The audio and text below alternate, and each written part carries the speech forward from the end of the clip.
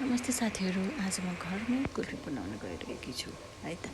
घरमै पाइने सामग्रीबाट हामीले एकदमै मिठो कुल्फी बनाउन सकिन्छ।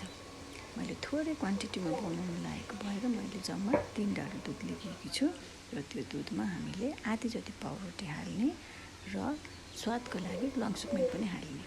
हल्का तपाईँलाई मन पर्यो भने चिनी पनि हाल्ने, नभए त्यो चिनी नहाले पनि एकदमै मिठो हुन्छ।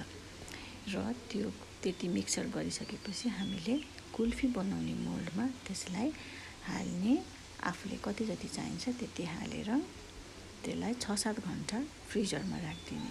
त्यसपछि त्यो एकदमै मिठो हुन्छ। मैले त यसरी बनाएर दिएको कुल्फी बच्चालाई एकदमै मिठो लाग्ने गर्छ। र तपाईँहरू पनि यसरी नै कुल्फी बनाएर ट्राई गर्नुहोला र तपाईँलाई यसरी बनाएको कुल्फी कस्तो लाग्यो कमेन्टमा भन्नु होला है त। ल, थ्याङ्क यू फर वाचिङ साथ सिर्जना।